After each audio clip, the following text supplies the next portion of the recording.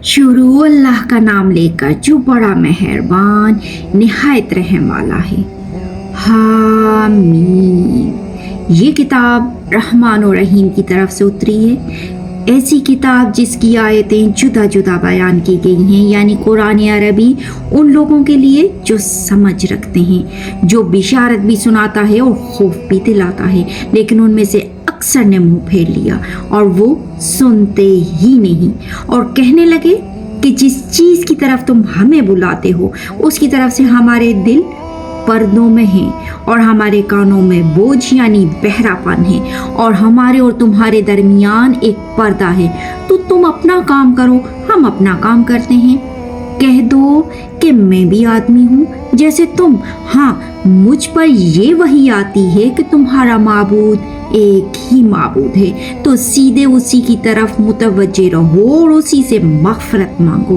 और मुशरिकों पर अफसोस है जो ज़कात नहीं देते और वो आखिरत के भी मुनकर हैं। जो लोग ईमान लाए और अमले नेक करते रहे उनके लिए ऐसा सवाब है जो ख़त्म ही ना हो।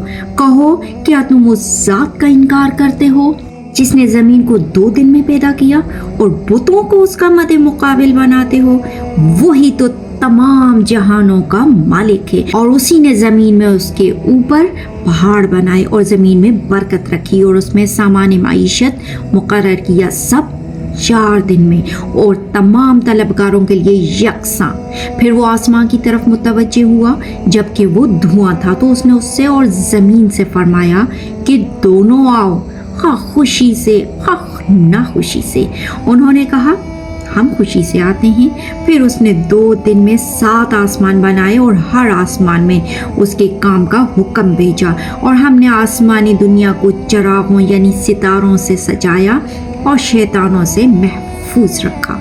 ये उसी ज़बरदस्त बाखबर के मुकर्रर किए हुए अंदाजे हैं। फिर अगर ये मुंह फेर लें तो कह दो, मैं तुमको ऐसे चिंगाड़ के अजाब से आगाह करता हूँ जैसे आद और समूद पर चिंगाड़ का अजाब आया था, जब उनके पास पैगंबर उनके आगे और पीछे से आए कि अल्लाह के सिवा किसी की इबादत ना करो। तो वो कहने लगे, अगर हमारा परवरदिगार चाहता तो फरिश्ते उतार देता, तो जो तुम देकर भेजे गए हो हम उसको नहीं मानते। जो आद वाले थे वो नाहक मुल्क में तकब्बुर करने लगे और कहने लगे, हमसे बढ़कर कुव्वत में कौन है? क्या उन्होंने नहीं देखा कि अल्लाह जिसने उनको पैदा किया वो उनसे कुव्वत में बहुत बढ़कर है?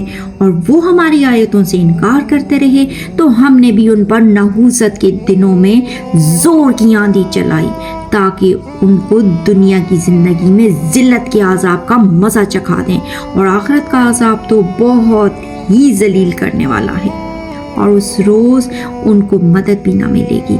और जो समूद वाले थे उनको हमने सीधा रास्ता दिखा दिया था, मगर उन्होंने हिदायत के मुकाबले में अंधा रहना पसंद किया, तो उनके आमाल की सज़ा में जिल्लत के आज़ाब की कड़क ने उनको आ पकड़ा। और जो ईमान लाए और परहेजगार रहे उनको हमने बचा लिया।